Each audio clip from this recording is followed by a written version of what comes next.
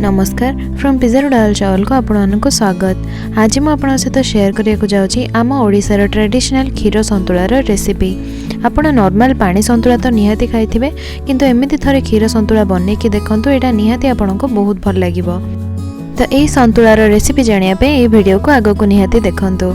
If you want to see this recipe in English then check out the I button on the top right corner. चलते recipe start करवा। First मुझे परिबा गुड़ी को सरू सरू की काटी नहीं, मुझे अमृतभंडा आलू जह्नी आ बैगण नहीं।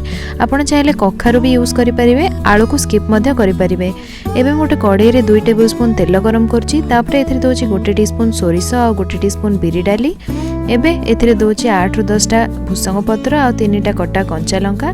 एसबू को गोटे 2 मिनिट जाए भल भाव में भाजी नवा।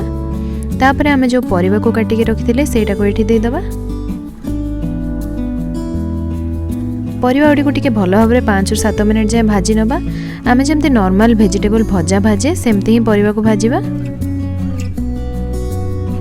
तापर एथिरे आधा कप पानी देदेबा आ देदेबा स्वाद अनुसार लुण। एसबू को टिके भल भाव में गोले नवा। तापर या कभर करके 8 ରୁ 10 मिनिट जाए लो फ्लेम रे कुक करवा। परिबा गुड़ी को सिझा को निहाती 10 ରୁ 12 मिनिट लगी थाए। एबे हमर परिबा भल भाव में सिझी गलानी।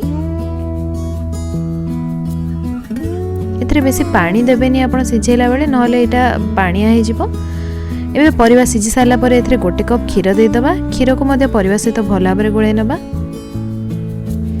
एबे क्षीर रे परिबा गुड़ी को सिझीबा को दबा। क्षीर ऑलमोस्ट पूरा सिझी गला जाए आमे ता कुक करबा। फाइनली एथिरे टिके धनिया पत्र देकी गोळे नबा आ हमर टेस्टी क्षीर संतुला रेडी हे गला। देखंतु केते जल्दी हमर क्षीर संतुलाटा बनी गला। आमर नॉर्मल पानी संतुला जेतिकी टाइम लगी था ए संतुला भी सेतिकी टाइम रे मु बनै देली। आ एटा मु बिना प्याज रसुण रे बनैली। एटा बहुत ही हेल्दी आ टेस्टी। तो निहाती ये रेसिपी को ट्राई करंतु आ मते जणांतु कि एटा आपनकर केमिति हेतिला।